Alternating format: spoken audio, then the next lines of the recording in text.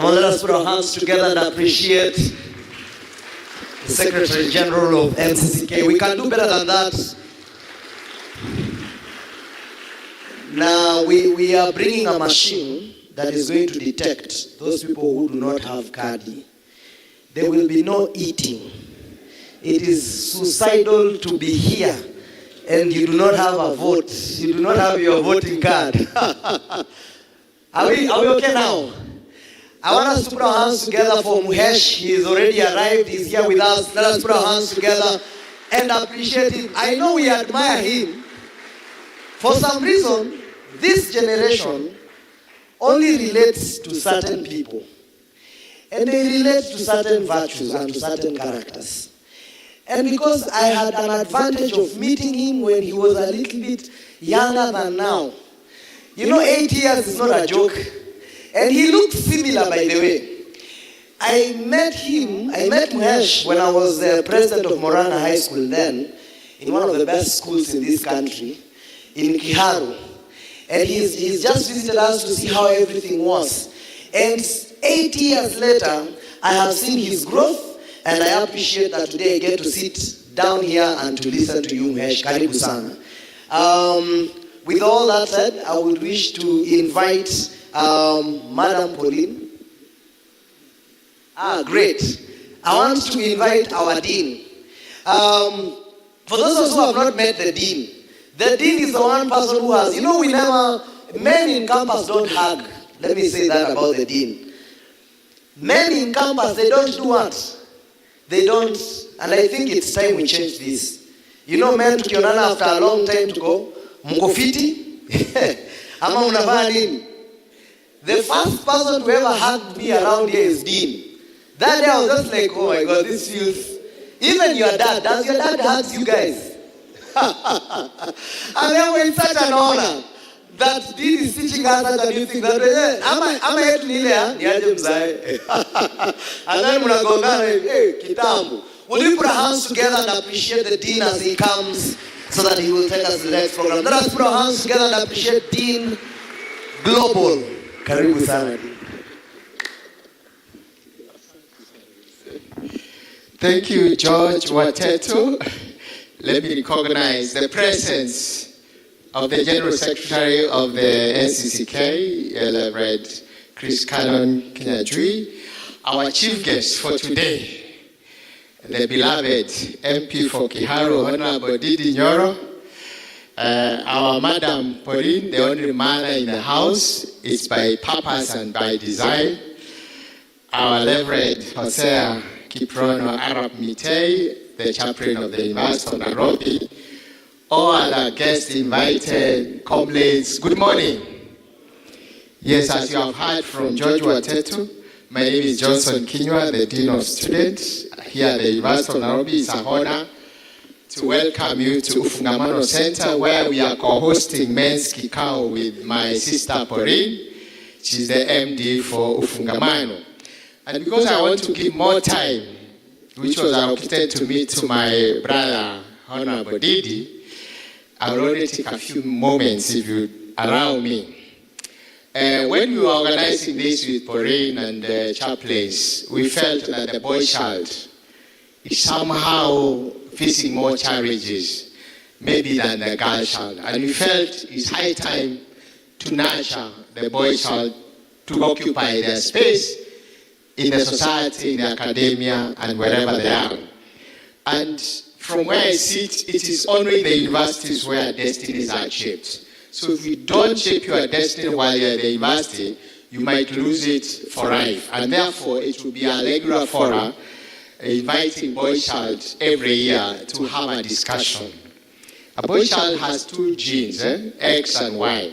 That means you have ability to produce girls and to produce boys. So inside of you, you have girls, you have the boys. So it's a universal forum that have everybody. And inside of you, there is a seed. And that seed, if it's not nurtured, it might be wasted. True or false?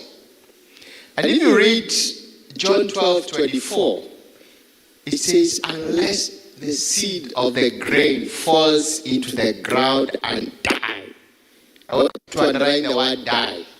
It abides alone. But if it dies, it produces much, much more fruits. Are we together?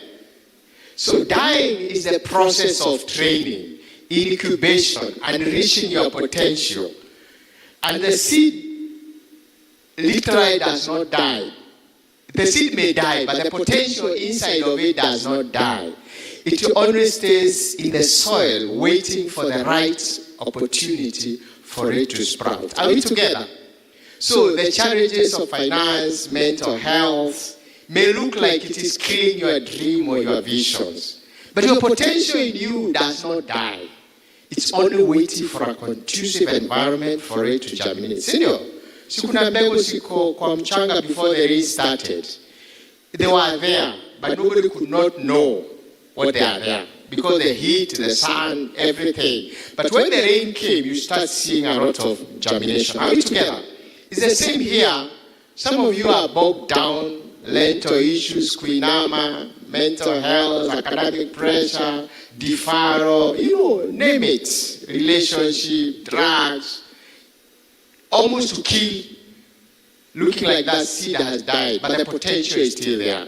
We are here to fall the rain of mentorship to bring out the best in you. And the best thing to do is to know yourself. How do you know yourself? Because if you don't know yourself, then anything that people tells you, you tend to believe.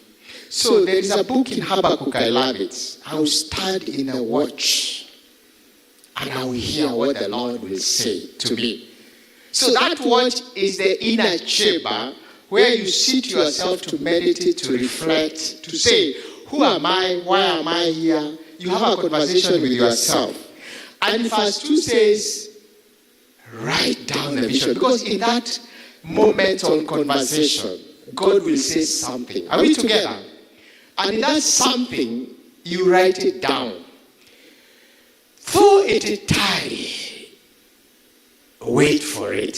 For it will surely do what? Come to pass. And that brings me to one man I love so much. He's Mheshimiwa Kibaki. Young man from Udaya.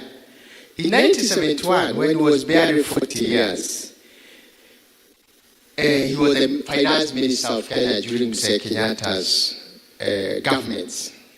He had a lot of potential. Are we together? The potential we had discovered. And he discovered it in Makerere University back in 1958, when he was, I think, studying economics like our Honorable Mheshimiwa here.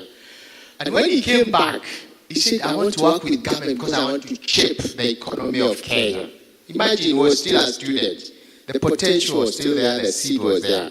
So he came and enrolled in 1959 as a KANU officer, like an executive officer in the KANU government. Kenya had not gotten independent, but he had a vision because he knew. So he grew up until 1971 when he was a finance minister. One of the president of the World Bank then, called Robert McNamara, said about him, Kibaki is one of the greatest economic brains to have emerged from Africa. That time he was growing the economy of Kenya between 6 to 7%. He was a technocrat beside being a politician. He was not just a politician. He was prudent in public spending. And he focused on monetary stability and planning of the economy. That potential, that seed of rearranging the economy took another 30 years, up to 2002, for him to become the president of the Republic of Kenya. You see, the seeds don't die. They remain in the soil, waiting for an opportunity to sprout. And during Kibaki's time, 2002, most of you are 2006 born, 2004, 2008. You are 2 years before you are born. We got free education, infrastructure, health, and everything sprouted. Farmers got money in their pockets, everything. And what I'm trying to say is that you have the potential. Our responsibility at the university is to nurture that potential. Despite everything that is happening in you, that potential will not die. Can I hear amen? And observed the seed of a bean. You may plant it here, water it, but because it has a destiny of producing bean, it will not produce it while it's inside the dark room. It finds its own way where there is sunlight through a process called grooming. And when it goes to where the sunlight is, it starts manifesting. It starts producing out the bean. You maybe put a boulder of so many challenges, but your potential in you will find its way and find its sunlight where you will manifest. And that time is coming. But as I conclude, you need to have a focus. The focus is like that grass lens. Tukiwa primary, you can relate to that. Shule zetu hazikuwa na vioo, not like the model Kiharu where Mheshimiwa Ndindi has put the grass, the tiles, everything. So the sun hits the class directly, saa ine. So we were a bit naughty boys. So tunakuwa na hiyo kakio, kanaitangwa magnifying lens. So tunakaa na girls, tunamulika, sister anaanza kujikuna, anaongeza speed. And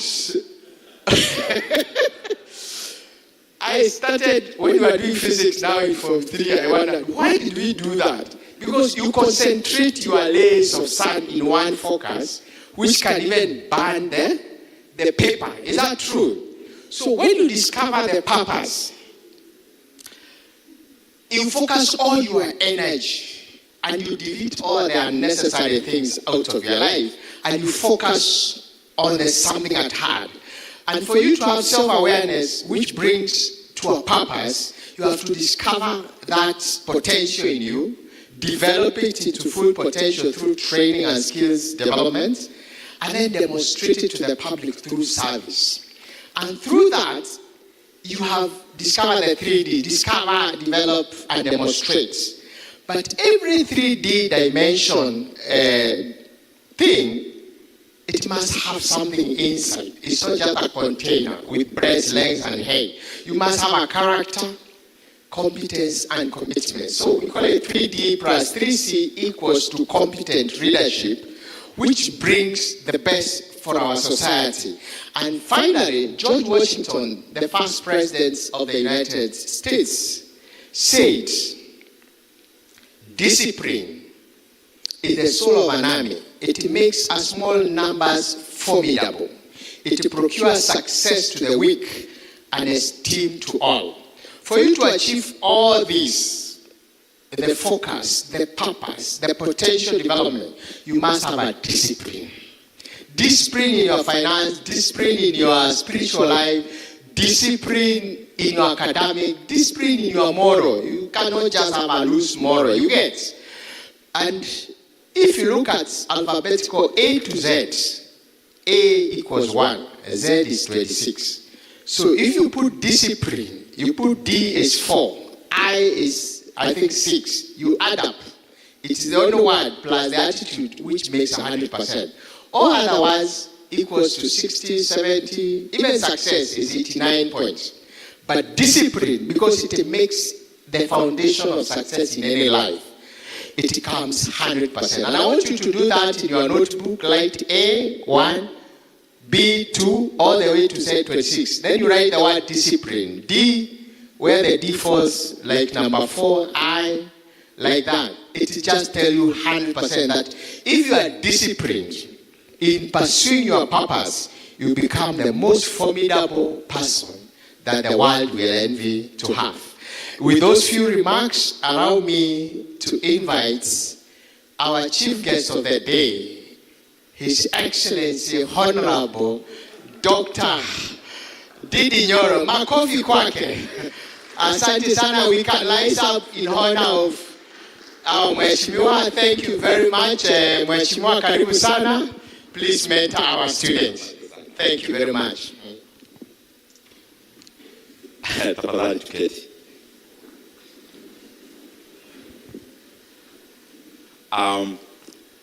Thank you very much, Dean, our Dean in the University of Nairobi, the Dean of Students, Mr. Johnson Kenywa, Madam Pauline, Reverend Chaplain Arab Mitei, our NCCK SecGen, Reverend Chris Kenyajui, and all the other guests who are here, including our MC, George Wateto, and especially comrades. Good morning.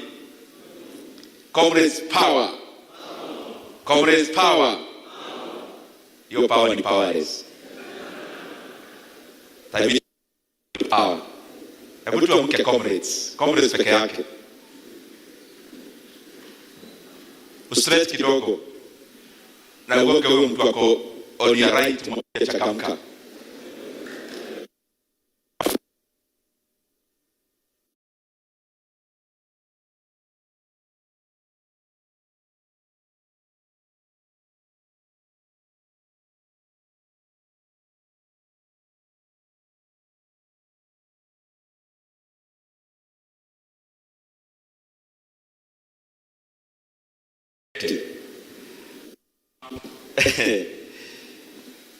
I have come here with my phone so that I check time, because I want to speak for a few minutes, and then I request my brother, our dean, Mr. Kenyua, that comrades can ask a few questions so that isikuwe kama lecture.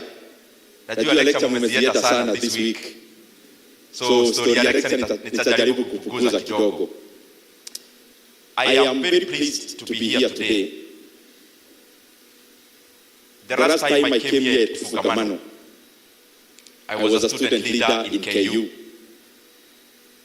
Na ilikuwa maneno ya siasa. I think that time we were coming for the DP party then, when President Kibaki was gunning for his second term, and it wasn't very clear which party he will vie with.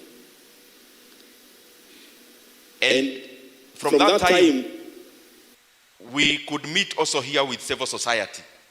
And there is one civil society called NCCK, I remember very clearly, that I used to come a student leader, hiyo maneno ya advocacy. By that time, it was being led by CPN Nyamwamo. And those are the bases to which we also became leaders. But before I come to the topic of the day, I have to say that I'm very, very pleased to be here as a member of parliament for Kiharu. As you have read and seen in many forums, Kiharu tumeng'ang'ana, because it's one of the largest rural constituencies.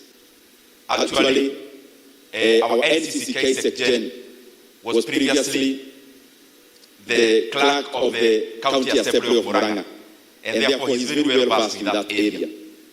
It's one of the largest rural constituencies in Kenya, and we have around 112 public primary schools. Na nyinyi kama wadosi wetu kama viongozi, I'm reporting my scorecard to you that all our public primary schools in a rural constituency called Kiharu, all of them are tiled, all of them without exception. And when we talk about tiling, it's not just about waking up and putting tiles and fixing tiles. It is holistic work. We have been able to refurbish all our schools. We have made them to be institutions that are enviable in our localities. And we have done that with a purpose. The second thing that I'm very proud of is that Kiharu, we have around 65 day secondary schools. And we have actually built around 8 from scratch, new ones. And actually one we launched last month, we have named it Mwai Kibaki Day Secondary School in Kiharu. And out of the 65 day secondary schools, covering 12,000 learners, who are your successors? Your predecessors of those people who are in our day schools, here as comrades. Covering all the around 12,000. Our school fees in Kiharu, courtesy of NGCDF and a program called Kiharu Masomobora. Our school fees is only 500 per term. And learners eat in school. Kwa hiyo 500 hakuna story nyingine sijui mtatoa ya chakula. Learners eat in school from Monday to Saturday. And there is some chaganyiko. Those of us from rural areas, you know, if you are from Lower Eastern, your staple food in the school is mudokoi almost every day. And depending on where our staple food is and where we lie geographically. And in our place, of course, you know, it's githeri. But you have made it to be much more exciting. Learners eat 3 days rice, 3 days githeri, but the last Friday of the month, they actually eat chapati for lunch. And this is not a promise I'm promising them. We have been doing it. You know, I need to give that caveat. I'm not promising what you are going to do. I'm reporting what you've been doing. And we have also been able to do holistic landscaping in 65 of our learning institutions, which is day schools, that is secondary, and also primary schools.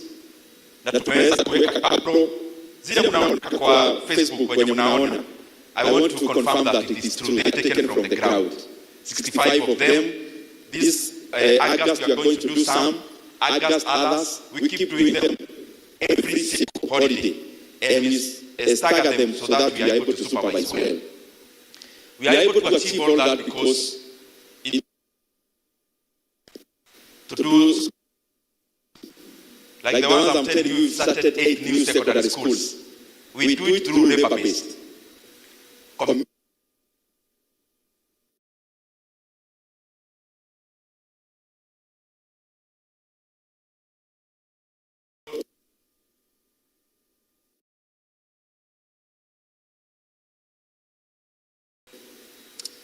This one for works, public works, we only get support, technical support from them, but the rest of the work is done by the local community.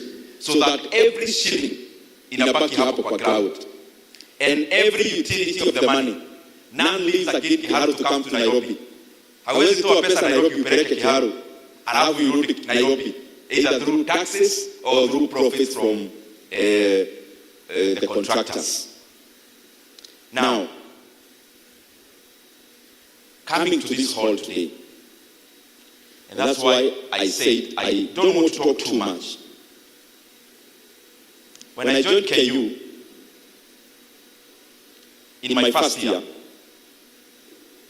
I joined a club called KUESA, Kenyatta University Economic Students Association. And I actually became chairman of KUESA for the entire KU when I was in first year, in my second sem. And we used to organize those who were before us. There was a chairman called Karua, was the chairman before I became chairman. And they used to organize these kind of forums. I was also in CU, but I was in CU, but not the front rows. Hizo zingine. And they also used to organize these kind of events.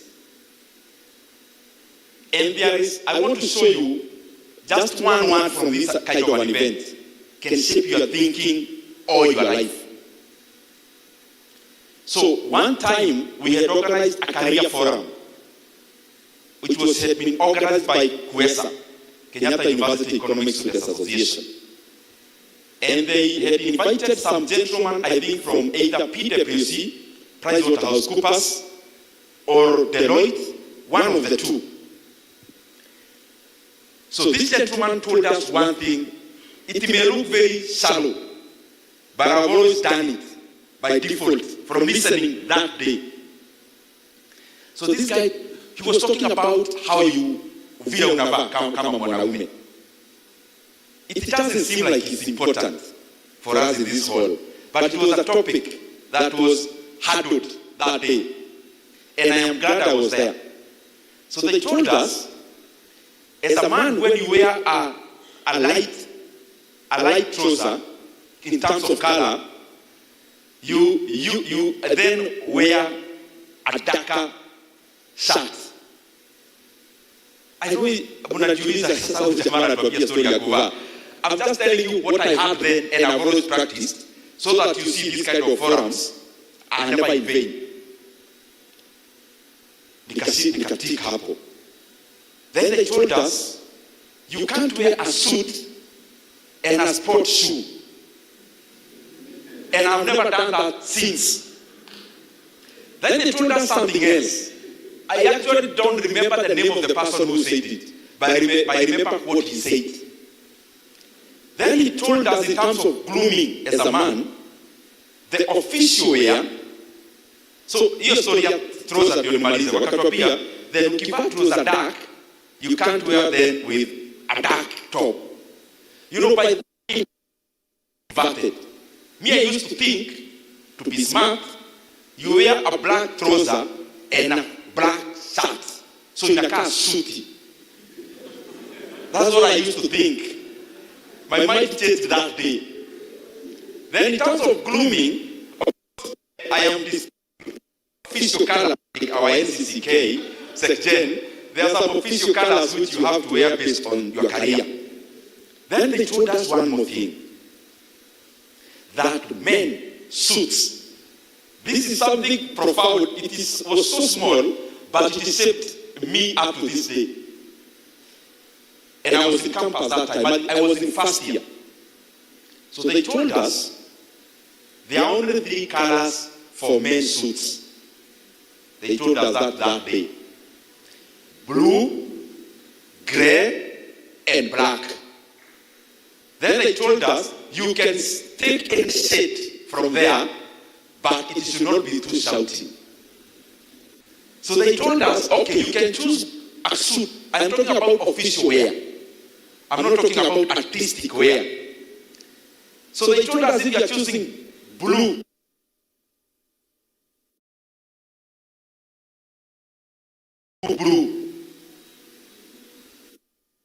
there's some blue that really shouts.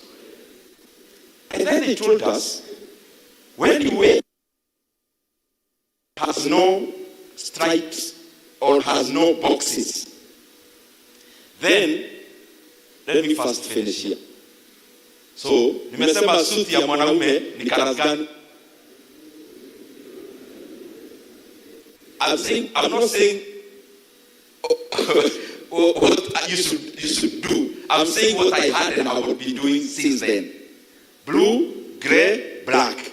Then they told us, don't choose shouting colors for official wear. And then the other thing, when you wear those kind of what I've mentioned, the shirt should always be bright. They told us you can't wear a blue suit with a dark blue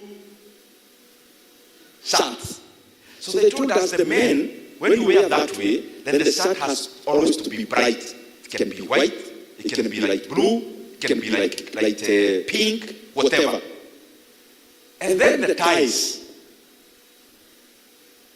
Wakatuambia, anytime you wear a shirt that is plain, then wear a tie that is a striped ama iko na maua kidogo. Naona wengine wanaziangalia kama wako sawa. And the same day they told us, when you wear a striped shirt iko na stripes, then don't wear a tie that is too flowery or striped. I've always done that to date. When you menot, sawa, maybe itawasaidia pahali kwa interview. So the reason I've said that is because many times we come to these kind of forums and we think we have wasted time as comrades. Because we bombard you with too much information, but maybe many times you don't communicate the basics. Can you imagine that day it was a full career day? Many people talked to us. I don't remember any other person what they said, but I remember those minute details, and they have shaped what I do to date. Now, let me go to men now. We are here as men from the University of Nairobi, the premier university in Kenya, which I'm also an alumni. Because you know I graduated with my master's the other day. So I did my bachelor's in KU, bachelor's of arts in economics. I came here, I think 2-3 years ago, and I went to KU around the same time. In KU, I enrolled for Masters of Economics, Policy and Management, and you've already DJ. I think it's better. So, and I also came here, University of Nairobi, and I enrolled for MA Economics. And I have completed all of them and graduated. And the reason I had come to enroll for the 2 masters, what I thought, I read a lot. Economics, finance, history, leadership, politics, that's my cup of tea. So I thought, since I have read so many books, why can't I go enroll for masters to get a certificate for what I thought I already knew? Because I thought I had read everything. But I'm glad when I enrolled for my masters here and in KU, I confirmed the things I knew, but I was also able to read and learn many more new things. And around the same time, I enrolled for a short course in the London School of Economics, which I have also finished. And next month, I'll be starting another executive certificate at Harvard University.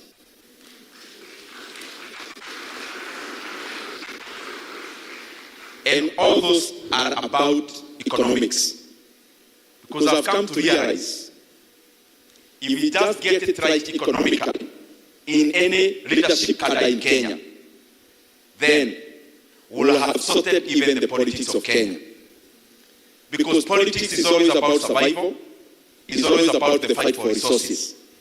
If we get somebody who can bake a bigger cake, and if we get a formula which we can bake a bigger cake as Kenya, and our GDP per capita climbs higher, and our incomes per person climbs higher, and every person's productivity is enhanced by creating jobs, then we will have solved even whatever else we say in political gatherings. And that is the reason why it's a challenge to all of us as leaders that in our decision making, because they are too weighty, we make decisions not for ourselves and our homes. We make decisions about the destinies of so many people. Then it is our responsibility to make sure that the decisions we make are the best. And you only make the best decision by refining it every day, so that you keep on amending your conclusions.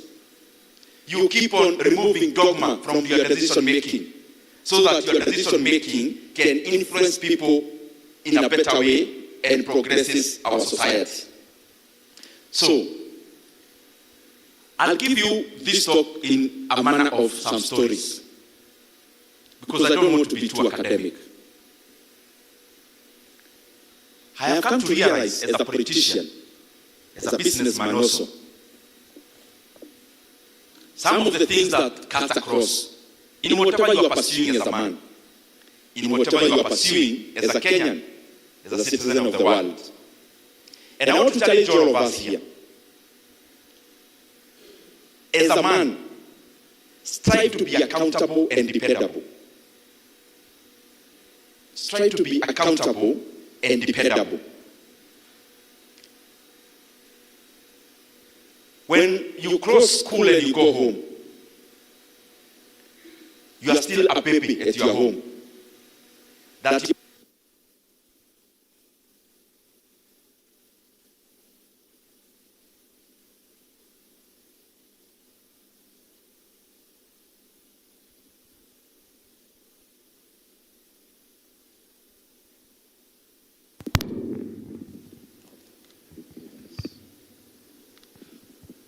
even this is fine.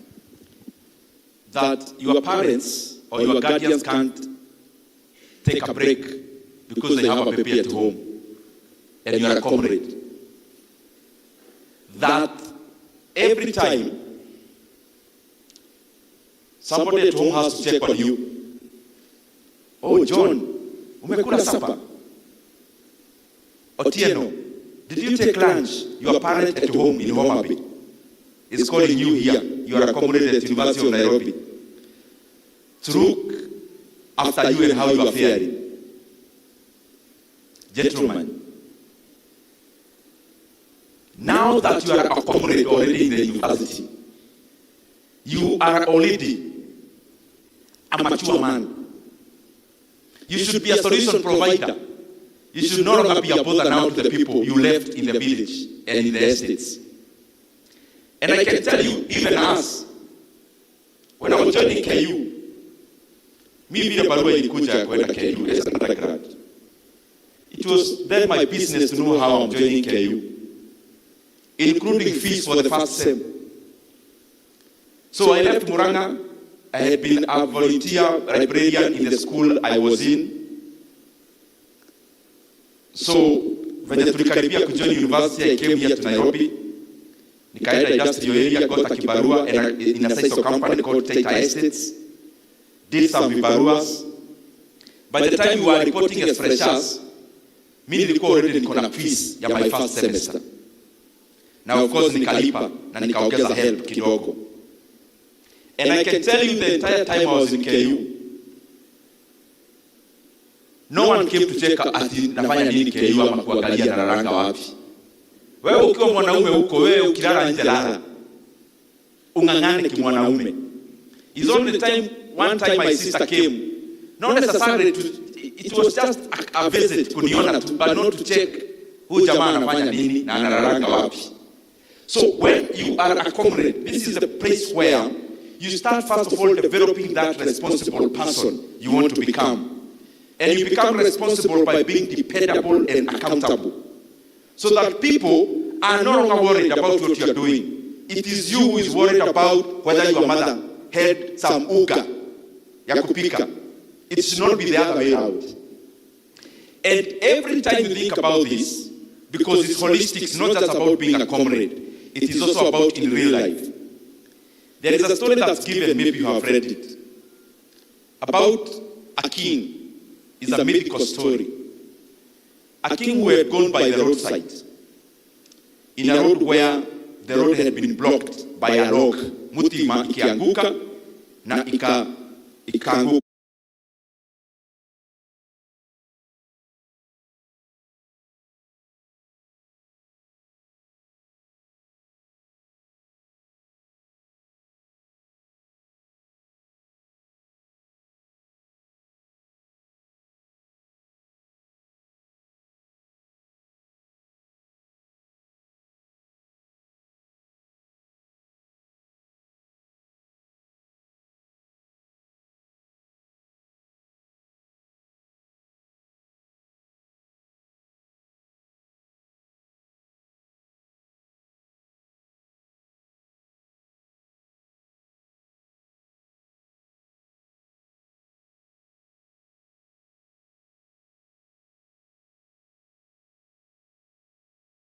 Kwa barabara. So the king was somewhere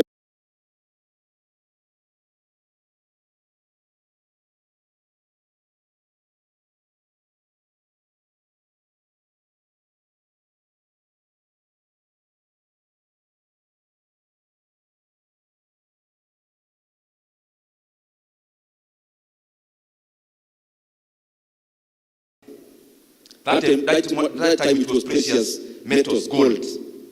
Na akaichukua. And then the king came from the place he was looking at. Na akaita huyo farmer. Akamwambia, actually, that pass from today belongs to you. It was worth the millions of money now today. And he also promoted him as a man in the society to be in the king's court. Because of all the people who had passed that road, he had exhibited responsibility that does not only enhance his own convenience, but also the convenience of the other people. So malipo yake ikakuwa hapo instantly, but also in the long run, his livelihood was improved from that day. Many times when we are here in the university, we are in our homes, we get our jobs, we become members of the society. We only want to look inwards. What is my own convenience? Without looking at the convenience of the general population. Responsibility, accountability stretches beyond you. It also stretches to others. So that you can sleep late at night, not just thinking about you and your convenience, but also thinking about others, thinking about the world, thinking about Kenya, because when we make the world a better place, even us, our lives are enhanced. As a man, number two, you have to be forthright and firm. There is no man mtu wa kuyubayuba na upepo. Forthright and firm comes in even in decision making. You come all the way. You attended a day school in your home. You attended a national school. You came to the University of Nairobi.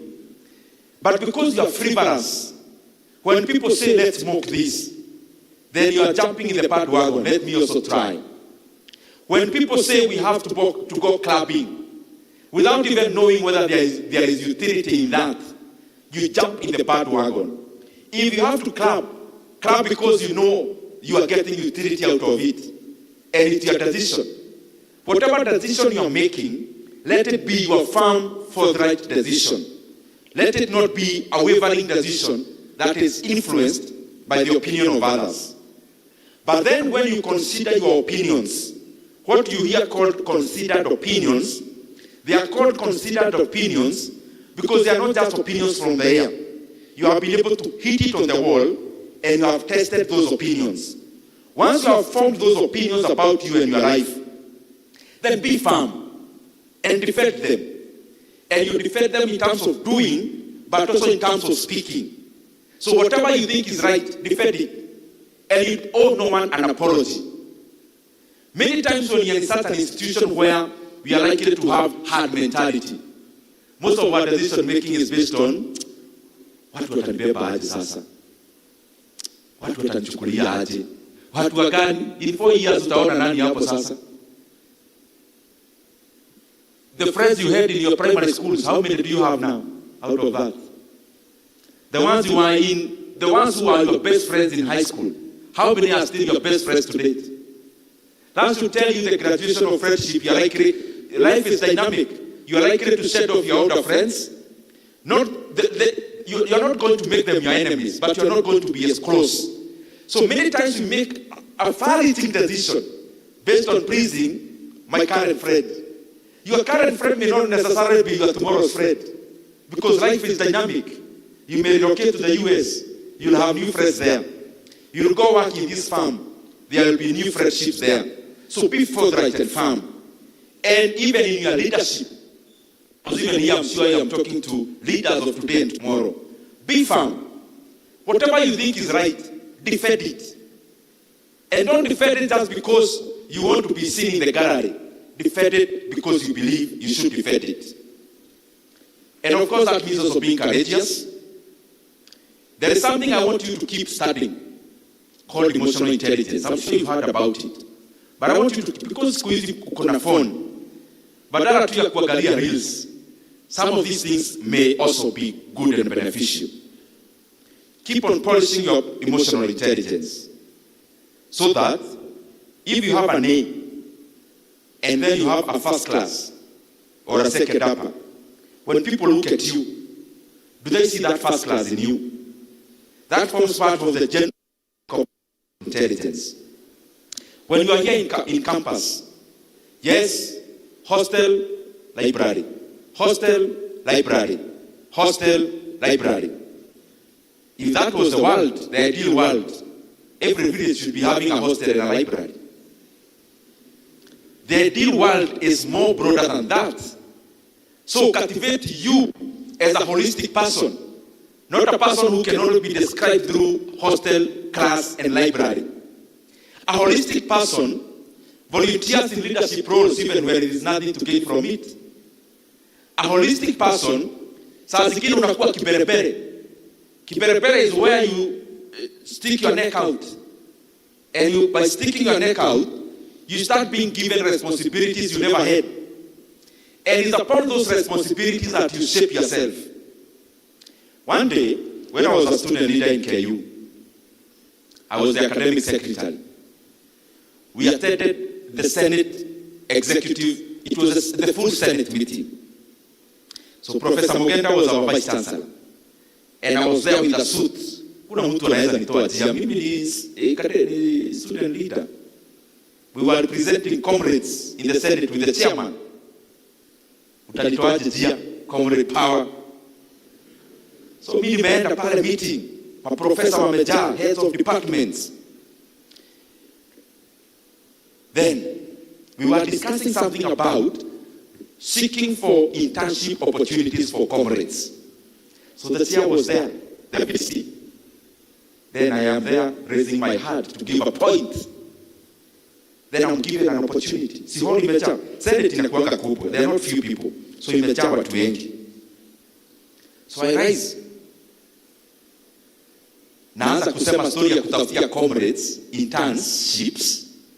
Then along, nikiwa katikati ya kupeana my brief speech, nikasahau chenye nilikuwa nasema. I was wishing the ground ipasuke inimeze because of embarrassment. You know, I'm telling you now, it doesn't seem like it's heavy. It is until it happens to you now. Uko mbele ya CU, ulikuwa unasema kitu, ukiwa katikati usahau.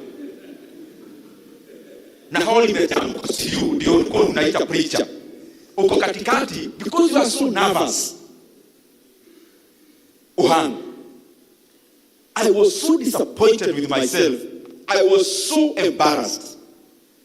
But after that meeting, I decided I can't live down forever. I have to wake up from the ground, na nijipaguze vumbi na niendelee. And I started learning about public speaking. So that day, which was the biggest trigger for me, that when you're invited somewhere to talk, be prepared. And also, it also helped me in terms of easing pressure and easing anxiety when you are talking before people. Many people, including the best public speakers, they say that this is the hardest art there is. But it never seems so when you are listening. And when you are used. It's very difficult when you are developing. So I'm here to challenge you. When you try to speak before people and you are not too successful, that was never a way to tell you are not a public speaker. It was a way to tell you can be a very good public speaker, lakini wajibike. Na uanze kujitrain. Whatever you have failed in, it was not a way of telling you get out, you don't belong here. It was a way of telling you, go and prepare better. You will actually succeed among all the people you got in this hall. Because out of that embarrassment, I say, maybe out of the people who are in that hall, maybe after that, I've had a privilege to talk to more people than all the people who are in that hall that day. You get what I'm saying? So emotional intelligence is beyond public speaking. It's about how you harness your emotions. It's about your patience. It's about your facial expression. It's about everything else other than the grade you get that starts in for you. Some things are never by default. For example, when you watch somebody, let's say Xi Jinping, the president of China, and you watch Vladimir Putin, you never see them in a meeting, smiling, unnecessarily laughing. There is a way, even when you sit with that person, over time they have been able to harness themselves. They are banal. Banal meaning, when I'm speaking to you, nikiongea na wewe, I can learn so much about you without you uttering a word. Because I'm watching at you, ukiongea, I'm seeing more than you're speaking. Now those kind of leaders, and that's what I want you to be, have been able to harness themselves. They do not unnecessarily exhibit emotionalism, because emotionalism is a weakness. So when Putin is doing a bilateral somewhere, you never see him laughing, fidgeting, facial expressions. The same way he started, he says, even if you do something so funny, he'll grin a little bit and go back to default settings. Look at Xi Jinping. Every time, look at his photos, the ones you know, and all the TVs, interviews you have ever seen him. Same facial expression. Why? You are representing over 1 billion people, Chinese people. You can no longer afford to be emotional, including not emotional in terms of doing. emotional even in exhibiting. So what I'm trying to say, start knowing yourself early, know your weakness. I can't speak before people. Start learning how to be a better person. Start seeing that or learning about yourself. You figure it a lot when you're speaking to people. Hizo ni tujinga uotoe. Ukipewa mic una shake. It doesn't tell you you throw the mic. It tells you start perfecting it, getting more opportunities, harnessing internal courage, and shedding off anxiety. Emotional intelligence is all that out. It's bigger than what I've said. Because of time, you read about it. It will help you, believe you me. Resilience. Resilience as a man. Hizi vitu tunajua tunazisema hapa zinakaa tu class. Tunazisikia hizi vitu from primary school. Hata high school tukasikia. Yaani hata unit tunaongelewa story ya kuwa resilient. Maybe the reason they are repeated is because of how far-reaching they are. The most celebrated US president is called Abraham Lincoln.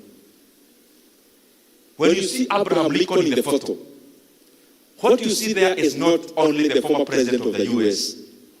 You see resilience in a photo. In the Kenyan setup, a man vies for MCA, he doesn't win. He wins for MP, he doesn't win. He wins for Senate, he doesn't win. He vies for Senate, he doesn't win. He vies as a running mate to be vice president of the US. Their ticket collapses. You know, saa zingine tukisema hizi vitu zinakaaga tu story. Hebu jiweke hapo kwa hizo shoes. You are a Kenyan, you vie for MCA, unaanguka. MP, unaanguka. In subsequent years, for Senate, ukaanguka. To be running mate, now president, ukasema nimeanguka hizi zingine zote hata nikuwe running mate, pia hiyo unaanguka.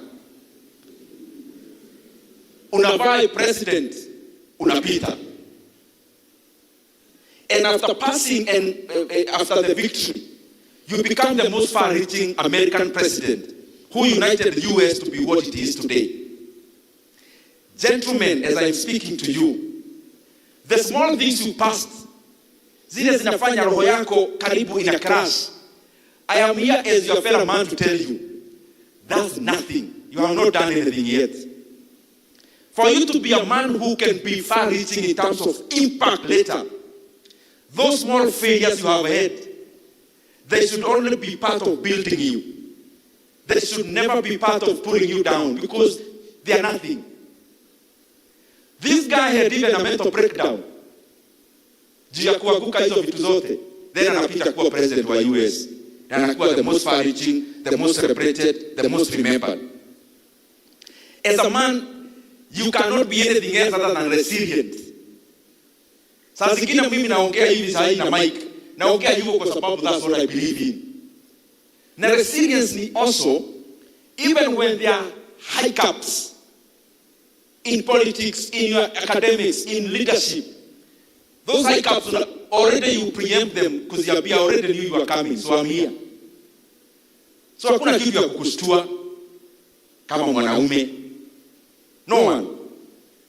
And I think it's at this point I should tell you, in this world, you as men, you must only always fear God, no other person, no other situation.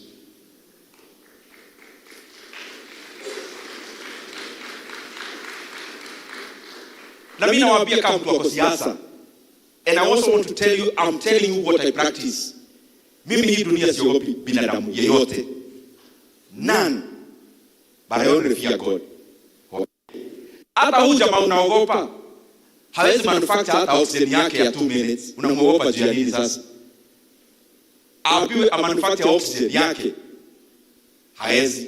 Then akuogopa kwa nini? You know, that gives you now, I'm not just not talking about people. I'm talking about situations. A situation comes, sometimes you see, hii sasa imenigonga ile mbaya. But ile inakugongesha kwa ukuta, it's making you stronger and harder.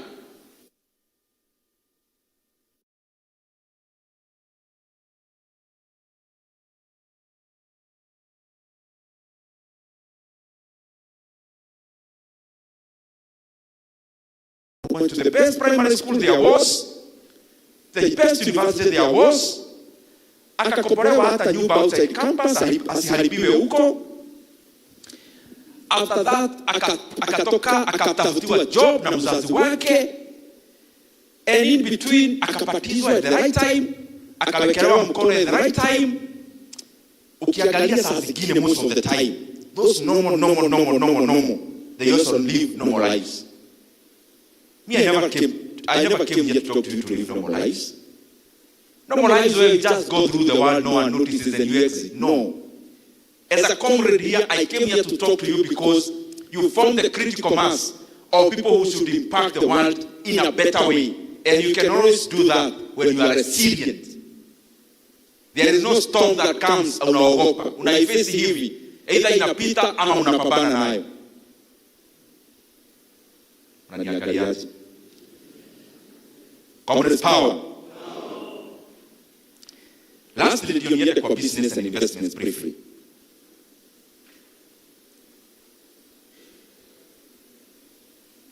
Wacha niwape ka story kidogo, because ambition pia husaidia. Ambition ni usilive by chance.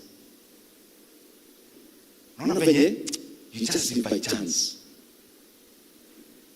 Uko tu hapa UN, ile itakuwa ikue.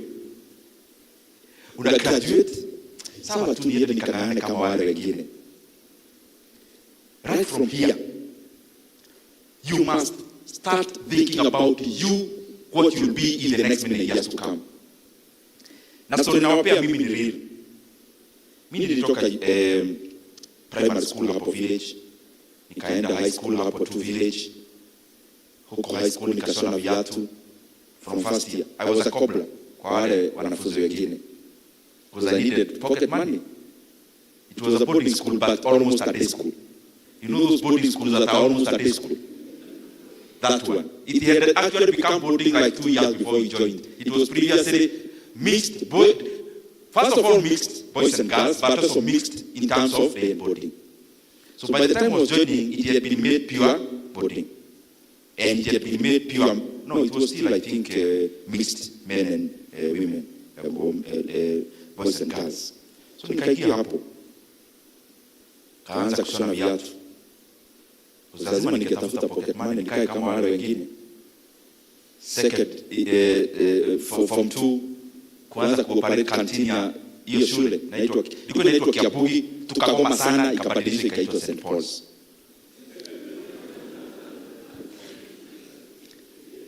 Na hizo migomo, sitaki kusema sana, lakini kuna vile hata mimi nilikuwa tu hapo. Sasa, nikaanza kuuza canteen hapo, tukaendelea. My sister alikuwa na mtushi Thika, nikaanza kuenda from 3-4 kuuza mtumba pale Mokireti Thika. From there, nikatoka, nikapata B+. As the only person who actually scored as a grade to transition to university in that school that year, I was the only one. So nikapita, kaitwa KU. Lakini sana nilikuwa na fees balance ya 33,000. Karibishwa pale nikakuwa librarian. Nilikuwa na 100k. 1,500 kukilia school fees. 1,500 ndio mshahara. Nikakangana like a year. Nikaclear ile fee balance yangu. Sijui kama iliclear, I was able to clear all of it, but I cleared to the extent I could. So time came now, we were to join university around September or October there. So kibaru yangu ikaisha beginning of the year. That's why how I came, hapo nilikuwa na wabia Taita Estate. Kuna ghetto ilikuwa pale South B inaitwa Marigoini. Nilikuwa nakaa hapo. So naenda hapo. Now there is one wabia hivi. Time nilikuwa librarian. Nikiwa hapo Kiabugi. Mimi nika dream kwa vitu mbili. Na nikaziandika pahali. One, to be wealthy. But number 2, to be a leader. Those two things. Na nikasema naanza kupasiwa hizo vitu. Kusoma nini? Hizo stories zote za Abraham Lincoln. Mimi nilisoma hiyo time. That time. Because there was nothing I was doing pasi as a librarian in a small school. So nikajoin KU. Kujoin KU zile na business. Na katakata story mrefu. So first sem, ile pesa ya ida na help, nikalipa school fees for the whole year. Because nilijua sasa hapa, mimi nikijoin campus, nilijua darasa ni mimi. Because my father alikuwa amepass.